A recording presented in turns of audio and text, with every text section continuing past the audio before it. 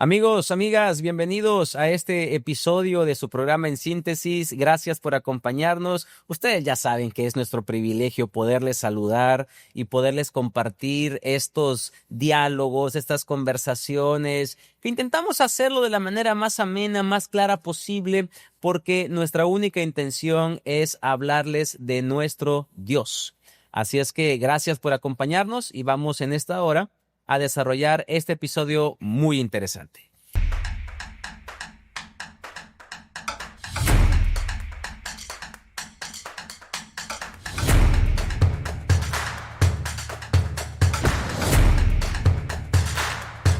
Y bueno, para comenzar con nuestro penúltimo episodio de esta cuarta temporada de su programa En Síntesis, ¿puede usted creer que ya han pasado 11 episodios de esta temporada? Se ha ido el tiempo muy rápido, ¿no le parece? Pero estoy seguro que hemos aprendido, hemos conocido y hemos podido disfrutar juntos los diálogos que se han desarrollado en este set. Y hoy no va a ser la excepción, le aseguro. Así es que acomódese muy bien en su asiento, en su oficina, en su casa.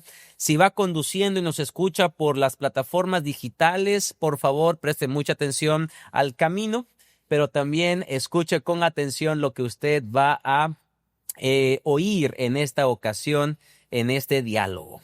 Y tenemos aquí a nuestros amigos invitados, nuestros compañeros panelistas de la Universidad de Navojoa. Estamos contentos de recibirlos. En el caso de Héctor, que en un momento más se va a presentar, él ya es viejo conocido en este lugar, ya nos ha acompañado en otras ocasiones. Pero quiero comenzar con mi amigo del lado izquierdo. Por favor, queremos conocerte, de dónde eres, qué haces aquí en la Universidad de Navojoa, qué te dedicas, y si nos puedes contar un poquito sobre tu platillo favorito, ese platillo que tú lo ves y tu boca comienza a segregar, ¿verdad? Saliva porque te despierta el gusto por la comida. Adelante. Bien, yo soy Lemuel Olán Jiménez, originario del estado de Tabasco. Tabasco. Y bueno, allá que yo recuerde no comía yo tacos dorados, pero a mí me encantan los taquitos dorados, ¿verdad? Bien dorados, de papitas o de alguna otra cosa, con su verdura, con su salsa. Sí, eso me puedo comer fácil unos, no sé si llega a unos 10, pero yo creo que sí. Wow, excelente. ¿Y a qué te dedicas aquí? Bueno, yo aquí pues doy clases en la Escuela de Teología y también en la Escuela de Ciencias de la Educación. Excelente, eres profesor. Profesor. ¿Cuánto tiempo tienes trabajando acá? Llevo casi 9 años. 9 años. Ya ahora en agosto, el 10 de agosto exactamente, cumplimos 9 años. 9 años, ok. Pues excelente, Lemuel, gracias por acompañarnos. Es la primera vez que estás con nosotros y esperamos que disfrutes mucho este diálogo. Estamos seguros que así será. Y bueno, Héctor, dinos, recuérdanos, porque ya nos has dicho, pero recuérdanos de dónde eres, qué haces aquí en la Universidad de Navojoa y tu platillo favorito. Ok, buenas tardes a todos. Bueno, buenos días, tardes, noches, días, dependiendo, ¿no? Como sea. Pues hola, mi nombre es Miguel, Héctor Miguel Santos Torres. Ya, gracias a Dios, yo creo que cuando se suba este capítulo ya no seré más estudiante de teología. Actualmente, hoy por hoy, eres estudiante. Pues sí, gracias a Dios, sigo pues aquí en la Universidad de Navojoa. Si Dios me lo permite, seguir estudiando otro grado más, ¿no? Pero actualmente a eso me dedico, a estudiar teología. Pues bueno, les recuerdo, soy originario de Tamaulipas. Paisano. Gracias a Dios. Y pues mi comida favorita es la pasta, todas sus presentaciones. Así es. En todas sus variadas presentaciones. Oye, Héctor, es bueno lo que mencionaste, quisiera solamente señalarlo. Tú actualmente estás ya culminando tus estudios universitarios. Así es que bien mencionaste que cuando quizá este episodio se suba a las plataformas y nuestros amigos nos están escuchando, pues probablemente tú ya estés en algún otro lugar, ¿verdad? Desarrollándote profesionalmente en el área que has escogido para servir Para a el Dios, nombre de Dios. que es teología. Así es que cuando escuches este episodio, te vas a acordar, ¿no? Cuando yo estaba Sí, en la universidad. pues ahí para los que estaban un poco reacios o no sé. Escépticos a que fueras a graduar. No, muchas gracias, gracias a Dios. Yo creo que no hubiera sido posible sin él. Claro. Y para comodidad de algunos, pues esta va a ser la última vez. No, hombre, ¿qué estás diciendo? Si siempre fue un privilegio tenerte. Y bueno, en esta ocasión nos toca hablar, amigos, como lo hemos estado haciendo en los últimos episodios, sobre elementos de la Biblia que nos enseñan cómo entender las profecías.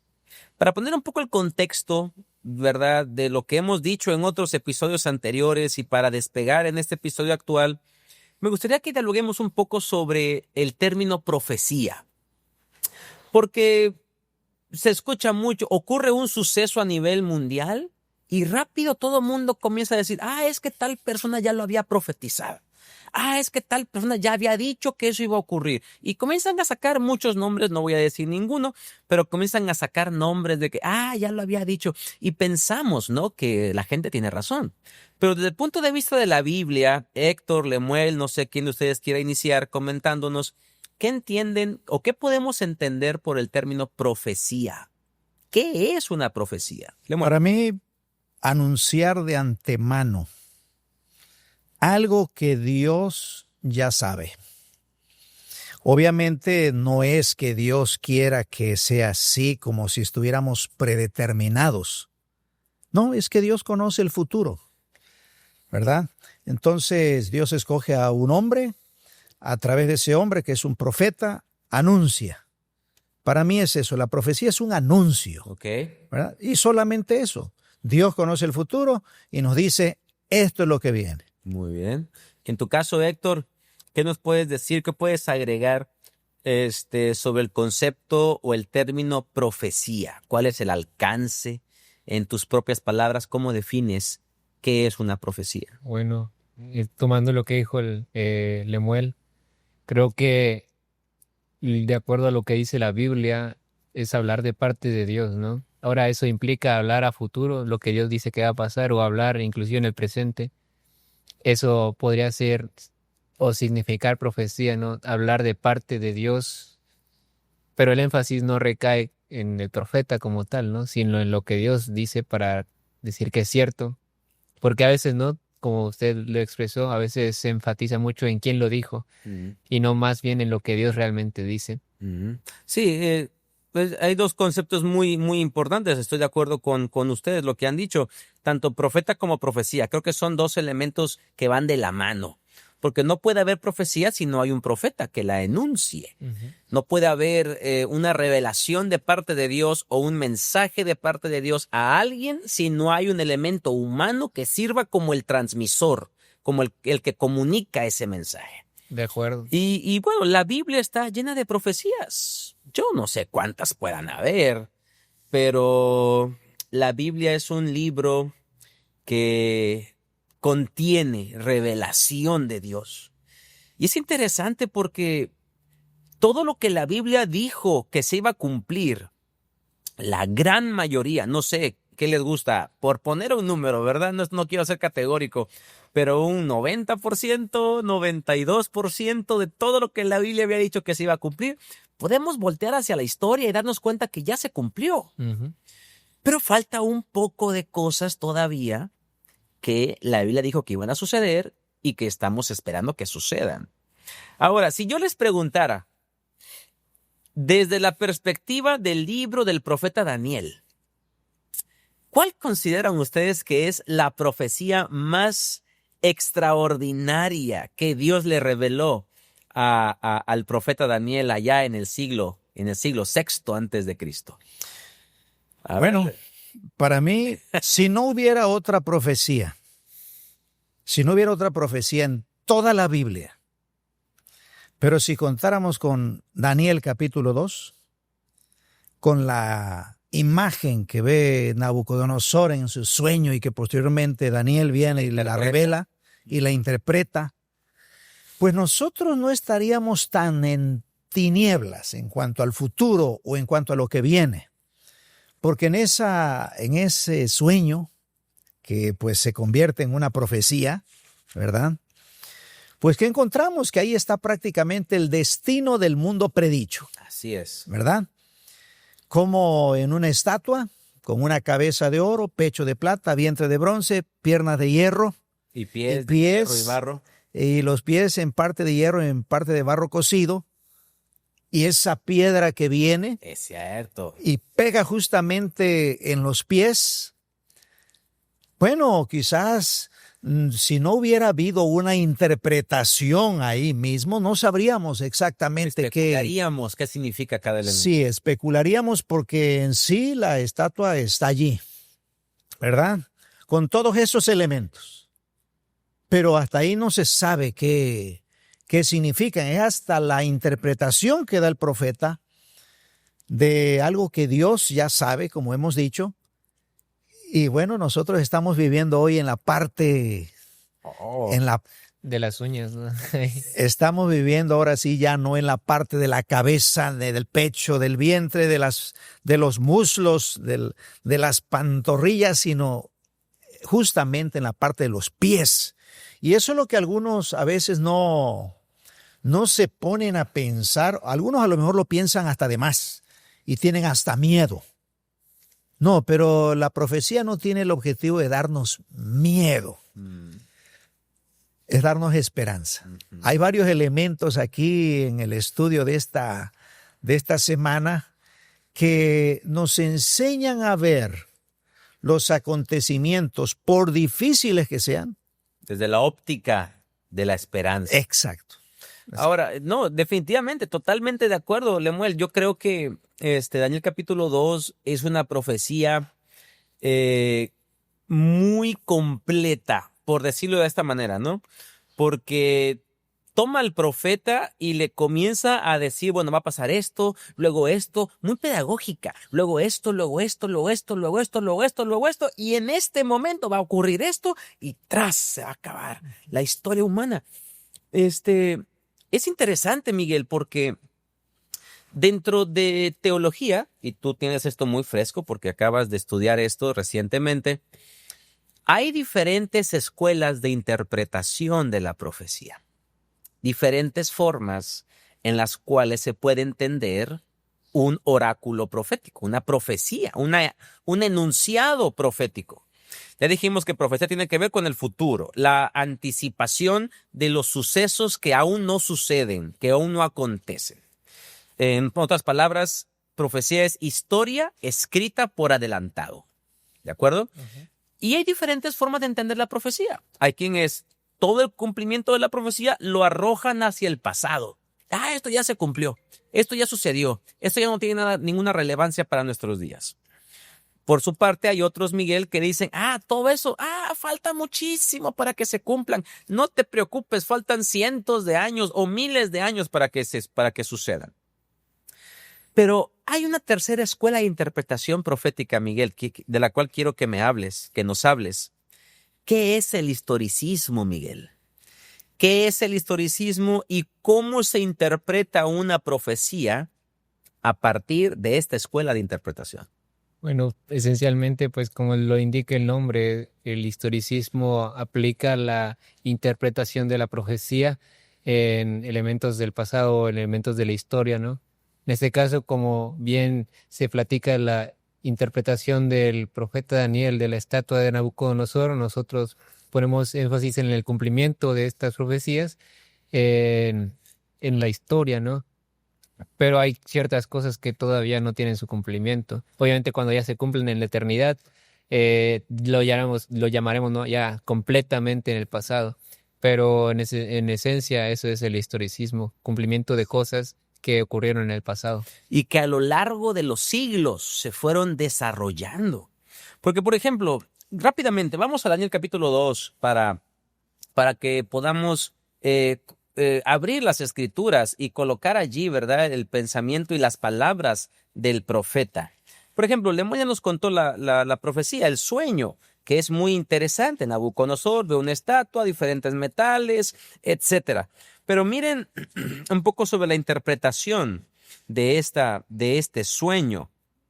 el versículo, estamos hablando del versículo número 38, Daniel capítulo 2.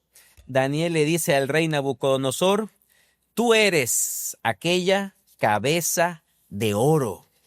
Y a partir de ese momento es que la profecía se ubica en un momento histórico con Nabucodonosor, quien fue un personaje que vivió hace siglos, un personaje real. Los anales de la historia nos hablan del gran legado que él dejó en su imperio babilónico. Y seguramente nuestros amigos y nosotros nos acordaremos de aquella famosa maravilla del mundo antiguo llamada los jardines colgantes de Babilonia, hechos por aquí mi amigo Nabucodonosor. Así es que él fue un personaje real, dice Daniel. Tú eres aquella cabeza de oro. Pero lee, Miguel, por favor, si tienes ahí tu Biblia, si puedes acceder a ella. Dice el versículo 39. ¿Qué dice el verso 39? Y después de ti se levantará otro reino inferior al tuyo. Hasta ahí. Y luego leemos el 39, la segunda parte. ¿Qué dice? Y luego un tercer reino de bronce, el cual dominará sobre toda la tierra. Y el 40, la primera parte dice: y el cuarto reino, es decir, uno posterior, será fuerte como hierro. Y entonces tenemos aquí que el profeta, Dios le revela a Daniel un desfile de imperios, comenzando con Babilonia en el siglo VI antes de Cristo, después con Medo-Persia, después con Grecia, después con Roma. La historia lo corrobora, porque ¿quién conquistó a Belsasar? Medo-Persia. Los medo-persias. ¿Quién conquistó a los medos y persas? Alejandro el Magno del ejército greco-macedónico. ¿Quién derrotó a los griegos? Los romanos. Entonces, pero todo esto fue dicho antes de que ocurrieran las cosas. Esto es interesantísimo, pero como bien dijo Lemuel, la profecía no termina allí. Versículo número 41. Y lo que viste de los pies y de los dedos, en parte de barro cocido y en parte de hierro, será un reino ¿cómo? Dividido. Dividido. ¿Y qué interpretación daríamos, siguiendo el historicismo, Miguel, acerca del reino dividido? ¿A quién representa ese reino dividido? Pues, pregúntale a Lemuel si quiere que te ayude. El reino dividido, pues sería uno que tendría una percepción, una influencia religiosa fuerte, pero que no se llevaría tanto con una ideología política. Justamente lo que dices, que no se podían unir, así como el barro con el hierro o el agua con el aceite no se mezclan, iban a estar siempre Divididos. En oposición. Que actualmente, ¿a quién podríamos atribuirle el significado de este reino dividido, Lemuel? Sí, esto tiene que ver con, bueno, cuando Roma cae finalmente, pues ahí se divide toda Europa. Ahí están los reinos que hoy podríamos decir que son los españoles, los alemanes, las naciones europeas. ¿Cierto? Sí, entonces ahí tenemos también a los franceses, tenemos a los italianos, portugueses, a los suizos, a todos ellos, porque hay que entender que Roma se divide, pues. Que es muy importante mencionar, nadie conquista a Roma. No. O sea, ningún imperio viene y conquista a Roma. Roma se divide. Muere de causas naturales. Ahora, eso es muy interesante porque cuando nosotros hacemos un análisis de cómo viene, primero primero Babilonia, luego Medo-Persia, luego Grecia, luego Roma, cualquiera diría viene un quinto imperio. Pero no.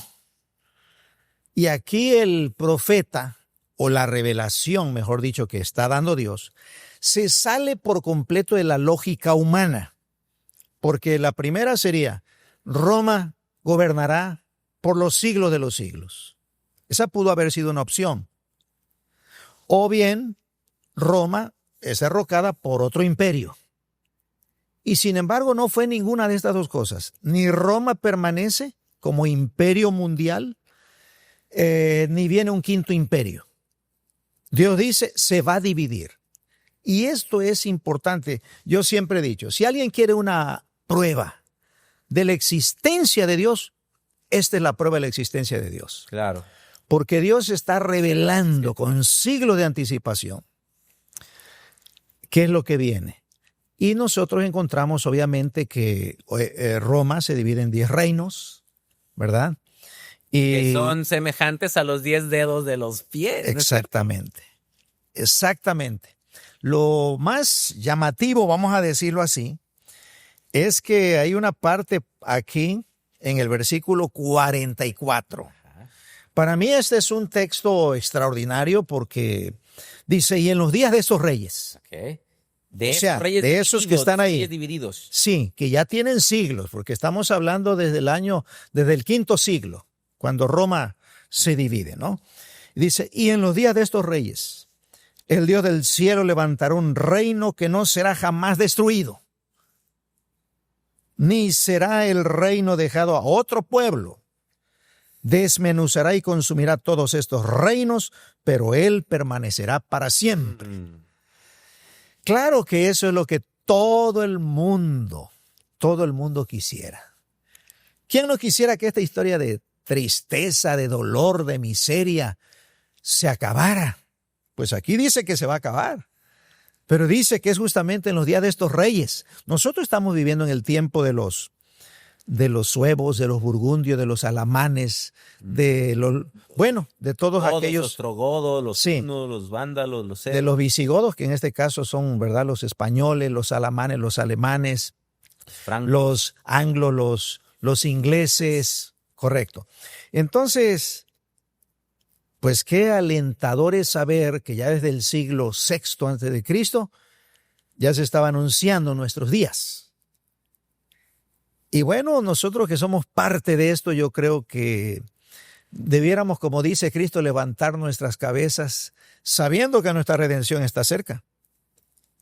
Bueno, yo destacaría eso, ¿no? Que estamos bien cerca, estamos cerca del desenlace final. Y nada más que hay un problema. Ajá. Porque lo que estamos viendo nosotros es que el desenlace final que presenta la Escritura de alguna manera está prefigurado en el capítulo 13 de Daniel. Y vamos para allá, pero yo quiero regresar con Miguel para preguntarte, Miguel. Entonces, no hay manera de que entendamos Daniel capítulo 2, según el historicismo, como eventos que ya pasaron y que ya tuvieron todo su cumplimiento, porque evidentemente acabamos de mencionar que Daniel capítulo 2 tiene una sucesión histórica que se ha ido cumpliendo y que lo poco que falta por cumplirse, ¿qué cosa, Miguel? Ya falta poco. Se va a cumplir. Eso poco que falta por cumplirse, que en este caso sería únicamente la piedra que caiga en los pies, porque ya todo lo demás ya transcurrió. Babilonia, la cabeza de oro, Medo-Persia, Grecia, Roma, los reinos divididos. Ya solo falta la piedra, que representa ¿a qué? El reino de Dios. El reino de Dios que no será jamás dejado. Y es interesante, ¿no? Porque bien lo anticipó Lemuel y quiero retomar lo que él dijo. El capítulo siguiente de Daniel 2, o sea, Daniel 3, es, ¿cómo decirlo? Es la respuesta de Nabucodonosor al sueño que tuvo. Porque en el sueño de Daniel 2 ve una estatua de diferentes metales que van en orden descendente según su valor. Oro, plata, bronce y hierro. Lo más valioso a lo más común, que es el barro en los pies. Y a Nabucodonosor de alguna manera le gustó que él fuera la imagen de la cabeza de oro, simbolizando liderazgo, poder, riqueza, influencia, etc. Entonces vemos Daniel capítulo 3 y vemos de entrada que el rey hace una estatua. Pero ¿cuál era la peculiaridad de la estatua, Miguel? Totalmente de oro. O sea, no hay plata, no hay bronce, no hay hierro, no hay barro, toda es de oro. De oro. ¿Qué te dice a ti el hecho de que Nabucodonosor haya hecho una estatua de puro oro? Yo creo que la intención de este hombre en realidad revela la intención de toda la humanidad a lo largo del tiempo, y es de querer dejar un legado en la historia a pesar de que esta persona muera. Pero en medio de todo ese legado, para esta persona no es imposible dañar completamente la imagen de Dios en el transcurso, lo que hace que esta persona inevitablemente se rebele contra lo que Dios ya había dictaminado que iba a suceder, ¿no?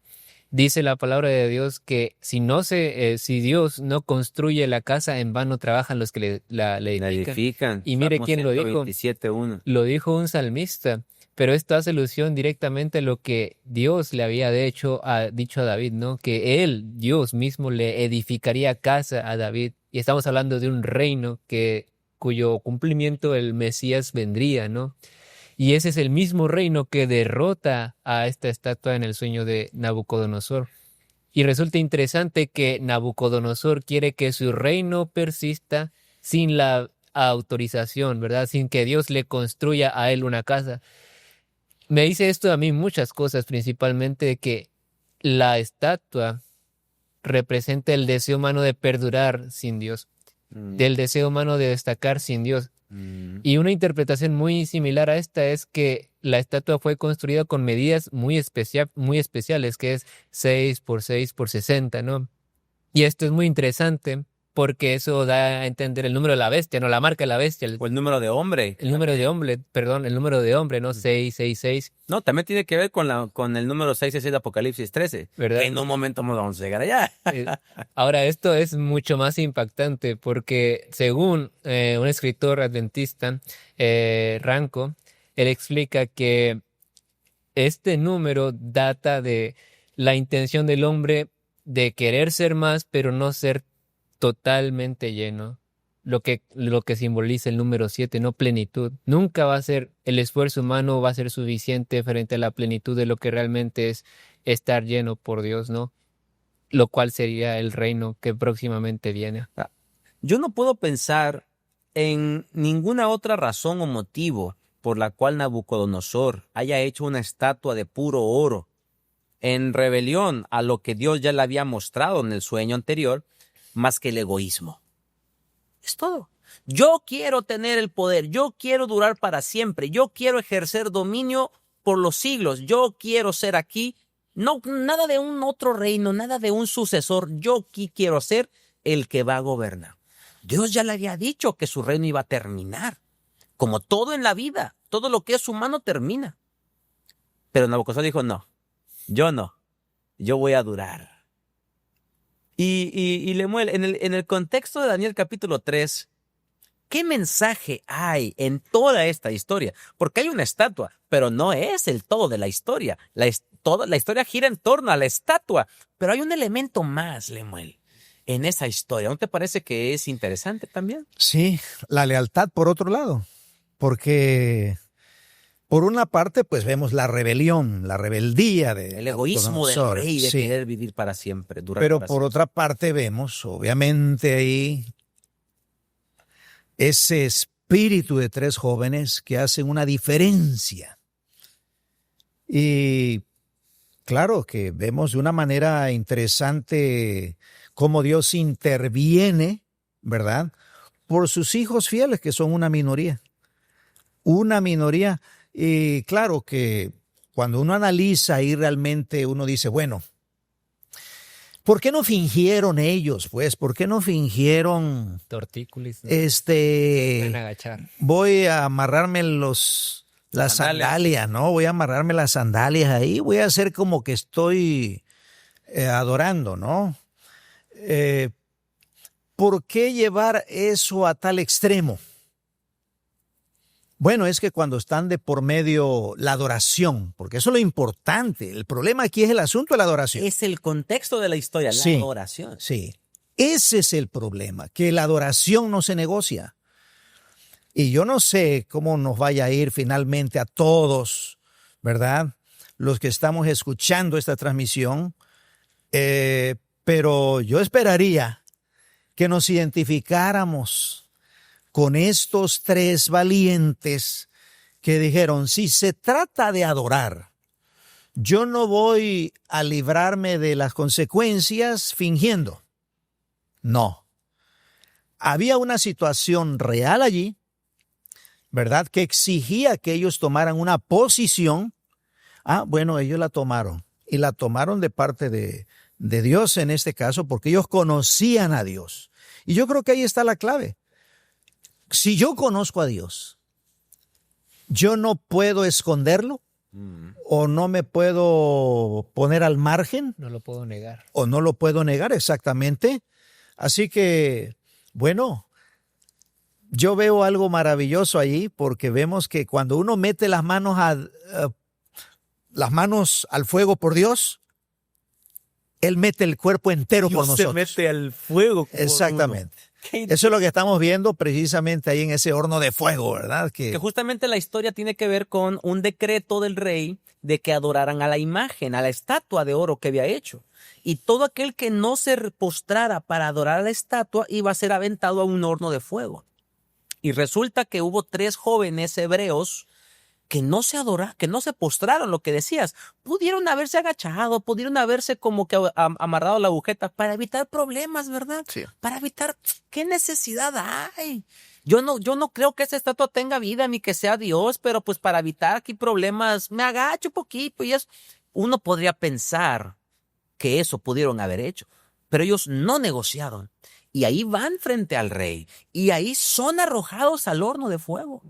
Y lo interesante, eso me encantó que dijiste, Lemuel.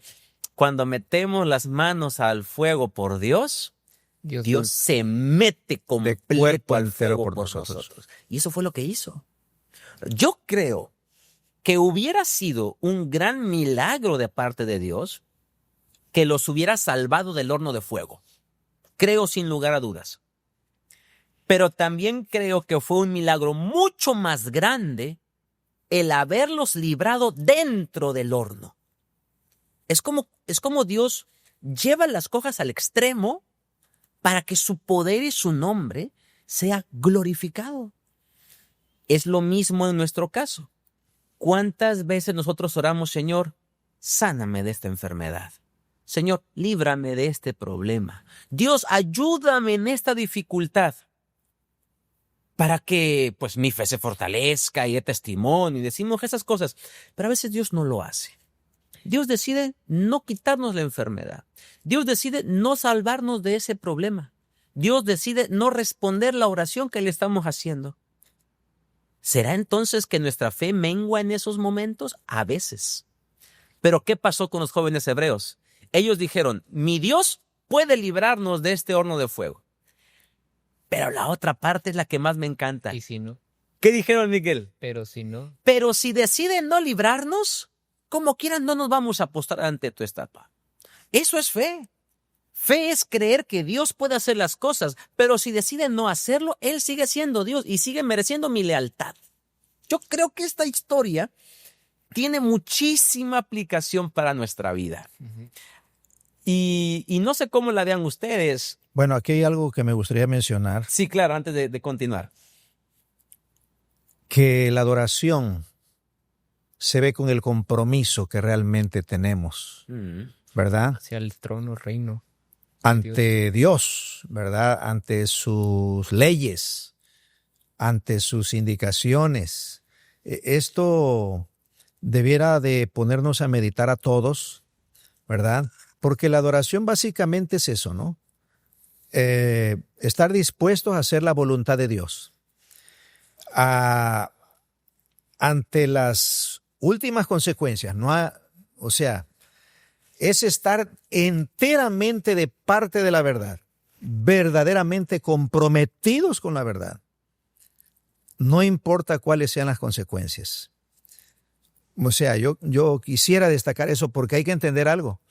Porque el horno estaba caliente normal, pero se Lo calentó. calentó un poco más, y luego un poco más, y luego un poco más, y un poco más, 7 veces. Que el número 7 dijimos que tiene un significado en las Escrituras. Podríamos entender que se calentó al máximo. Al máximo. Y aquí el asunto es que eso era solo para probar qué tan comprometidos estaban esos jóvenes.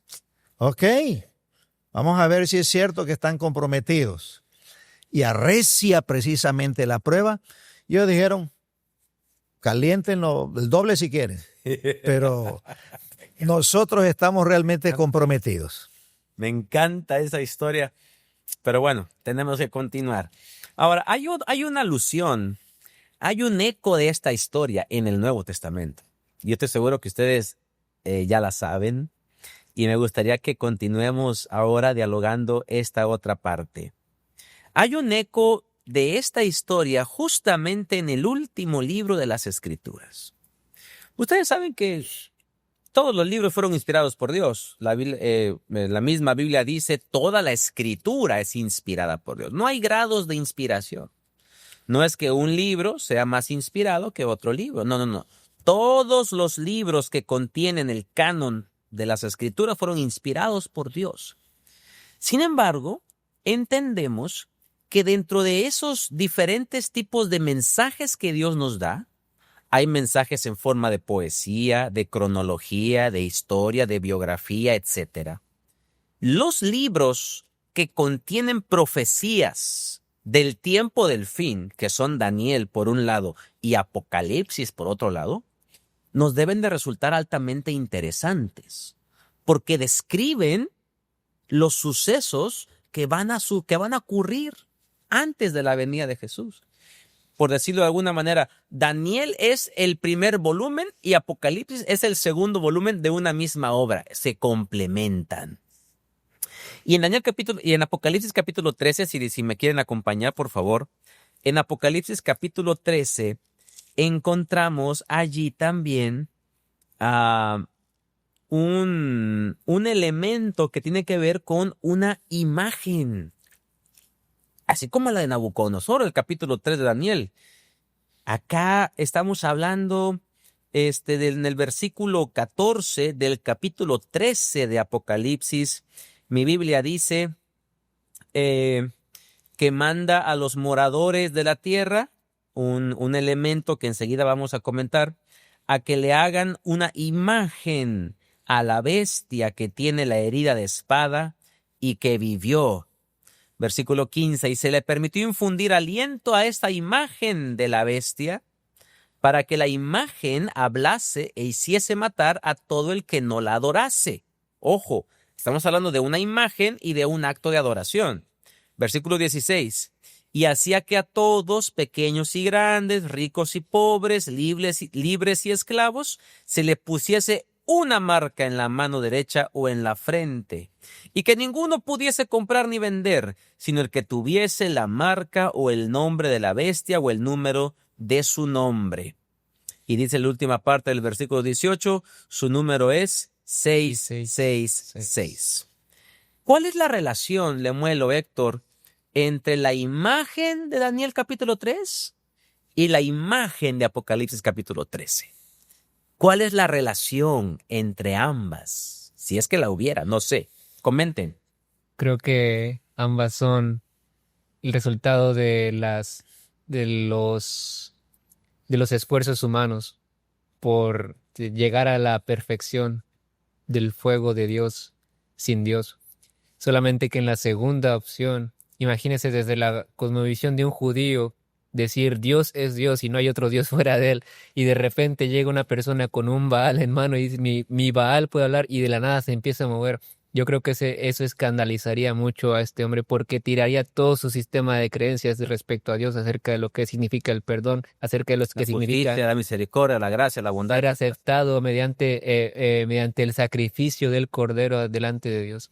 Y este sistema, el sistema religioso que se ve aquí, plantea todo lo contrario. Mis obras, mi imagen, mi pequeño Baal puede hacer todo lo que tu Dios aparentemente, tú puedes hacer aparentemente todo lo que tu Dios hace.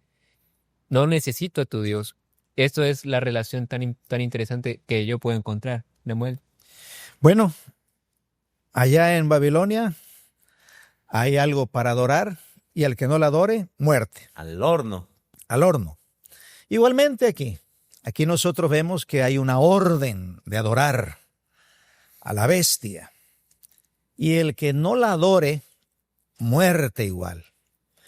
Veo algunas similitudes con con Nabucodonosor, obviamente, porque ahí estamos hablando de un poder muy grande, un poder autoritario. Aquí obviamente hay un poder, yo no diría tanto autoritario, aunque sí es autoritario, por supuesto, más bien es un poder totalitario.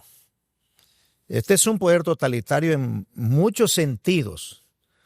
Lo primero, pues, es que tiene un control sobre grandes y pequeños, sobre ricos y pobres, Así esclavos y libres, ¿verdad? Luego cuando dice que manda matar, esto habla de un poder totalitario. Lo que muchos no saben, hablando en el contexto de los últimos días, es que actualmente estamos prácticamente en vísperas de que eso pueda ser una realidad, porque un 72% de la población mundial vive ya bajo regímenes autoritarios o totalitarios. O sea, si la profecía se cumpliera ya en cuanto a que esta bestia que es herida de espada y luego revive, ¿verdad?, se levantara de nuevo, y esta otra bestia de la cual habla aquí Apocalipsis 13, que es la que surge de la tierra, correcto. y que hace que precisamente se adore a esta Primera vez. primera bestia, y es algo que va a todo el mundo, porque esto hay que entenderlo, dice que a la tierra y a sus moradores. Pero cuando No es algo que ocurre en un contexto geográfico específico, para una nación específica, algo que va, como dijiste, a todas las naciones. Sí, comienza por un lado, pero luego se extiende a todos los moradores de la tierra. Lo que llama la atención aquí es que actualmente ciertamente más de 5.600 millones de personas en el mundo ya viven bajo regímenes así, autoritarios o totalitarios. Y esto es interesante, porque si se cumpliera la profecía de que esta bestia que surge de la tierra da la orden, ¿verdad?, y de que nadie pueda comprar ni vender a menos que tenga la marca de la bestia, entonces eso podría cumplirse en breve tiempo, en poco tiempo. Entonces, ahí hay mucho que decir al respecto. Claro, yo, por ejemplo, no podemos profundizar mucho, y lo lamento de todo corazón, porque esto a mí me encanta, en los simbolismos de las bestias, a quién representa la primera bestia, a quién la segunda bestia, porque el tiempo no nos va a dar. Pero me gustaría hacer 2 recomendaciones a nuestros amigos que nos escuchan, que nos ven, de 2 libros que pueden ellos utilizar para profundizar más. Hay un libro que tú citaste hace un momento, Ranko Stefanovic, La revelación de Jesucristo. Así se llama el libro. Uh-huh. Y ese libro es un comentario del libro de Apocalipsis, que justamente comenta y explora estos simbolismos y muchos más. Recomendadísimo. Y el segundo, yo les quiero recomendar a un autor que se llama Marvin Moore. Y el libro se llama, en forma de pregunta, ¿será que podría pasar? Estos 2 libros me parece que exploran muy bien este simbolismo del capítulo 13 de Apocalipsis. La bestia, la segunda bestia, la herida de muerte, etc. Para que puedan nuestros amigos buscar más información sobre esto. Porque no vamos a poder explorar todos los detalles. Solo nos centraremos en esta última parte del capítulo 13. Miguel, esta imagen de la bestia manda poner una marca a aquellos que le adoran, a aquellos que tienen o que reconocen su autoridad. Y si tú haces memoria, mucho se ha dicho sobre la marca de la bestia, ¿cierto? Uh-huh. Que si es un chip, que si es una marca visible, que si es la vacuna del COVID. No te la pongas, porque esa es la marca de la bestia que te controlan. Hay muchísimas interpretaciones especulativas respecto a qué significa la marca de la bestia. Según tus estudios, tu interpretación, tu análisis de este contexto, ¿qué es la marca de la bestia, Miguel? ¿Qué es la marca de la bestia? ¿Cuál es el alcance? ¿Qué representa este símbolo? Al hacer, de hecho, de eso trata la tesis prácticamente, ¿no? Yo creo que es una ideología. Una ideología tiene la capacidad de penetrar hasta donde menos uno lo piensa y tiene la capacidad de influenciar nuestras acciones, ¿no? Y como lo dice la Biblia misma, ¿no? Es en la frente y en las manos mismas. En la mano derecha. La mano derecha, lo cual evidencia nuestros pensamientos Sí es. y nuestras acciones. Correcto. Eso es la interpretación. Una ideología, qué interesante. Te soy sincero, ¿eh? Pensé que ibas a dar otra respuesta, pero me gustó mucho lo que tú acabas de decir. Una ideología. Pero una ideología, Lemuel, ¿basada en qué?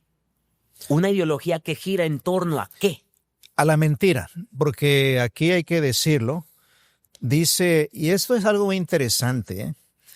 Una de las cosas que más me han sorprendido últimamente a mí es que los pensadores de este tiempo están preocupados, no porque la verdad doctrinal de la Biblia se esté atacando, no. Ellos están sorprendidos de que la verdad en sí, los hechos reales, se están negando y en lugar de esos hechos fehacientes, ahora sí que haya un mar de mentiras que están prácticamente moldeando la opinión pública. Y eso es muy importante porque aquí la palabra de Dios dice claramente que este poder, dice, hace grandes señales Y prodigios. y hace descender fuego del cielo. Y dice el versículo 14, y engaña a los moradores de la tierra. Pero curiosamente, cuando nosotros hacemos un análisis de las características de la sociedad en los últimos días, y no solamente de la sociedad, sino del gobierno incluso, ¿verdad? Cuando vemos el aspecto sociopolítico, hay mucha mentira. Y es lo que se está diciendo actualmente. Entonces, tenemos que comprender, pues, que la Biblia generalmente a los ídolos les llama mentiras. Esto es una mentira, esto es una mentira. O sea, lo verdadero está en Dios, ¿verdad? Pues aquí es lo mismo. Hay una mentira en contra de la verdad de Dios. ¿Cuál es esa verdad de Dios? El sello de Dios. ¿Cuál es el sello de Dios? Bueno, ahí tenemos nosotros mucho que decir porque la palabra de Dios dice que el sábado es el sello de Dios. Ezequiel capítulo 20, versículo 12. Y también dice Isaías, ¿verdad? Así es. Sella la ley entre mis discípulos. Así es. O sea, Éxodo 31, 13. Muchos Sí. versículos que hablan del sábado como el sello de Dios. ok, entonces ya estamos nosotros viendo aquí en la palabra de Dios que sí, aquí están los que guardan los mandamientos de Dios, dice Apocalipsis 12, lo dice también Apocalipsis 14, aquí están los que guardan los mandamientos de Dios y tienen la fe de Jesús o tienen el testimonio de Jesucristo. Entonces, si hay un mundo de mentiras aquí para engañar a los moradores de la tierra, pues eso tiene que ser totalmente contrario a lo expresado obviamente en la palabra de Dios. Centrado en el ser humano, ¿no? Entonces, eso es importante considerarlo porque esa es una característica de los últimos días, el engaño. Cristo dijo, mirad que nadie os engañe. Y otra vez, van a engañar aquí, van a engañar acá. Vendrán muchos en mi nombre. Sí, nosotros tenemos que ser conscientes de que ese tiempo nosotros lo estamos viviendo. De hecho, tiene un nombre, se llama posverdad. Y esa posverdad tiene que ver con que actualmente se manipula toda la gente, ¿verdad? Con cosas que parecieran ser verdad, conspiraciones que parecieran ser verdad. Pero hay que tener cuidado con eso porque lo único que es verdad es lo que dice la palabra de Dios. Quisiera decir Sí, algo por supuesto. muy importante. Alguien dijo una vez, ¿no? Que llegaría el tiempo en el que para demostrar que el pasto es verde se necesitaría una espada en la mano, ¿no?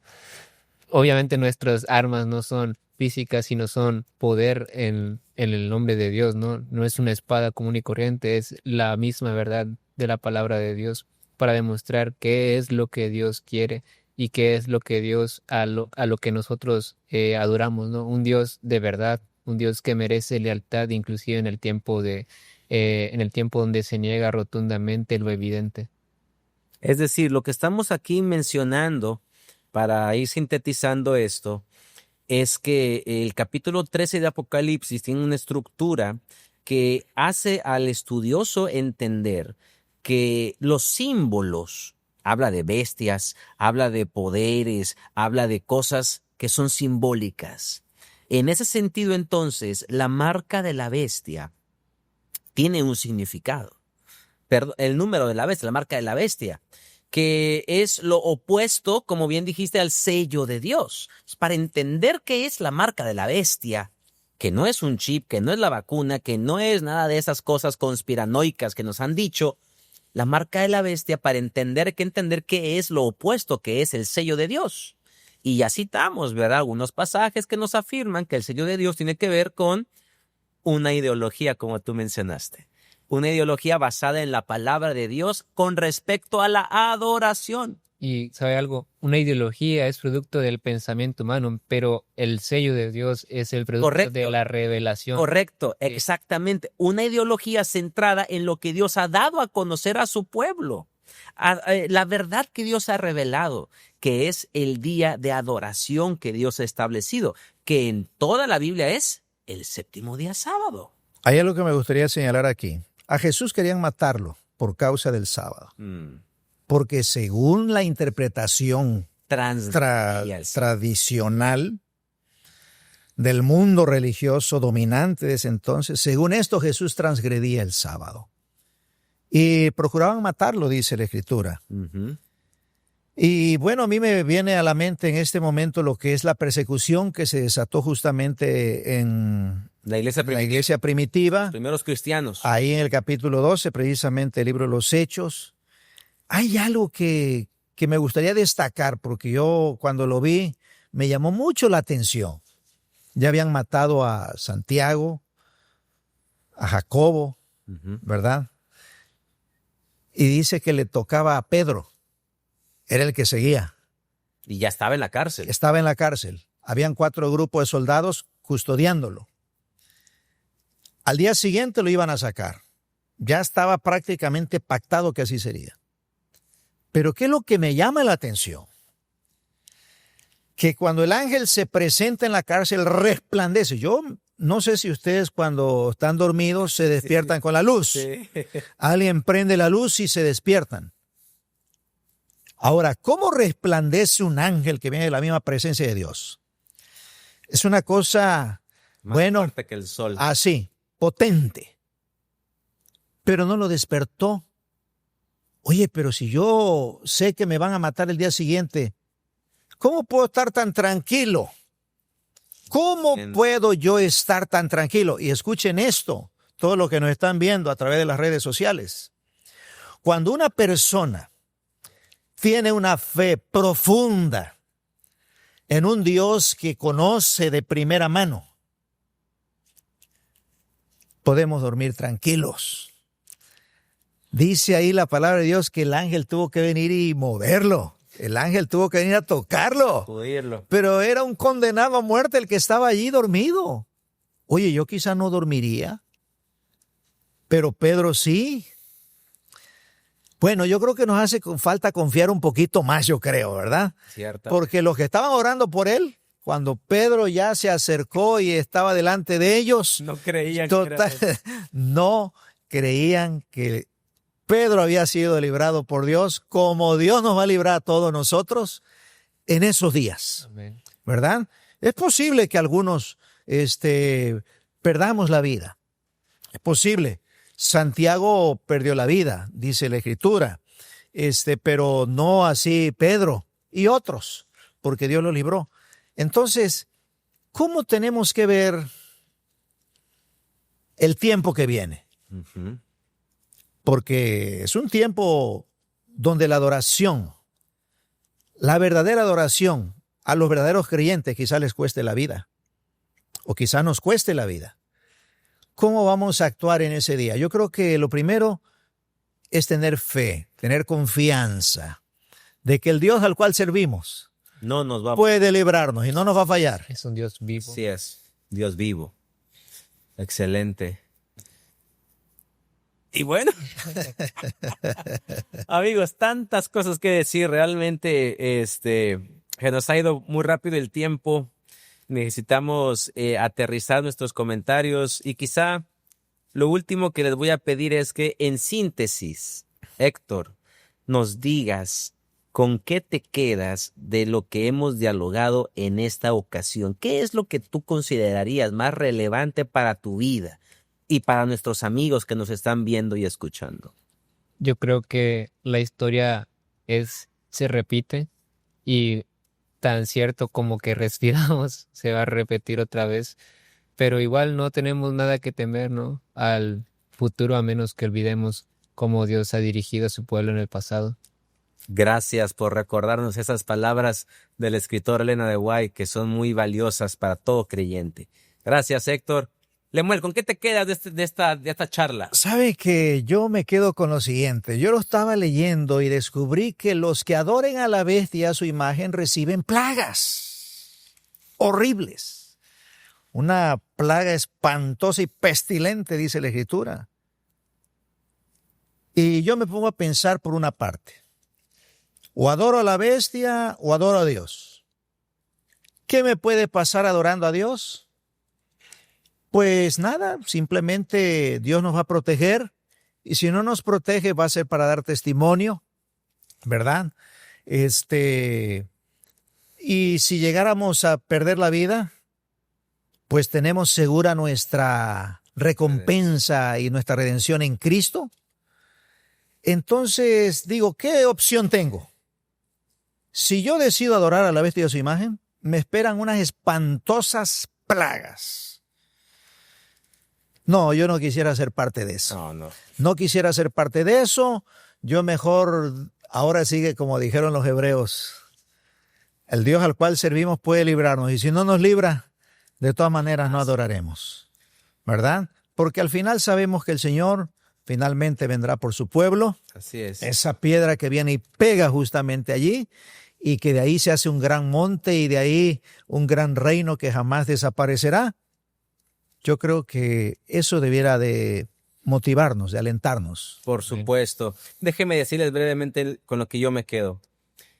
Si yo quiero evitar recibir la marca de la bestia, que es la adoración a Dios en un día que la Biblia no reconoce, yo debo de preocuparme por haber recibido el sello de Dios, que es la adoración en el día de reposo establecido por Dios, que es el Santo Sábado. Amén. Así es que no debo de enfocarme en las cosas que no corresponden. Me enfoco en estar con Dios y automáticamente todo lo demás pasa de largo. Muchas gracias, Héctor, por estar acá. Gloria a Dios. Tu última participación en este ministerio, en este programa. Te deseamos bendiciones de Dios donde quiera que vayas a servir al Señor. Promueve este programa, comparte este programa. Y me voy muy inspirado para hacer más, ¿no? Produce tus programas, tus episodios y esperamos en Dios que te siga utilizando. Gloria y a Lemuel, Dios. gracias por el tiempo que nos has dedicado. Sabemos que hoy fue una jornada intensa, pero agradecemos a Dios por lo que Él ha hecho en tu vida y lo que nos has compartido. Amigos, muchas gracias, amigos. No podemos despedirnos de este episodio sin agradecerles porque durante tantos episodios nos han acompañado fielmente, escuchándonos, compartiendo sus comentarios con nosotros. Les queremos recordar la línea telefónica que está lista para escucharles, 826-161-2213. Un mensajito, un WhatsApp, una llamada y con todo gusto estaremos al pendiente de sus reacciones, de sus sugerencias también, ¿por qué no? Soy Jorge Cavazos, nos estaremos viendo en la próxima ocasión. Que Dios le bendiga grandemente. Hasta pronto.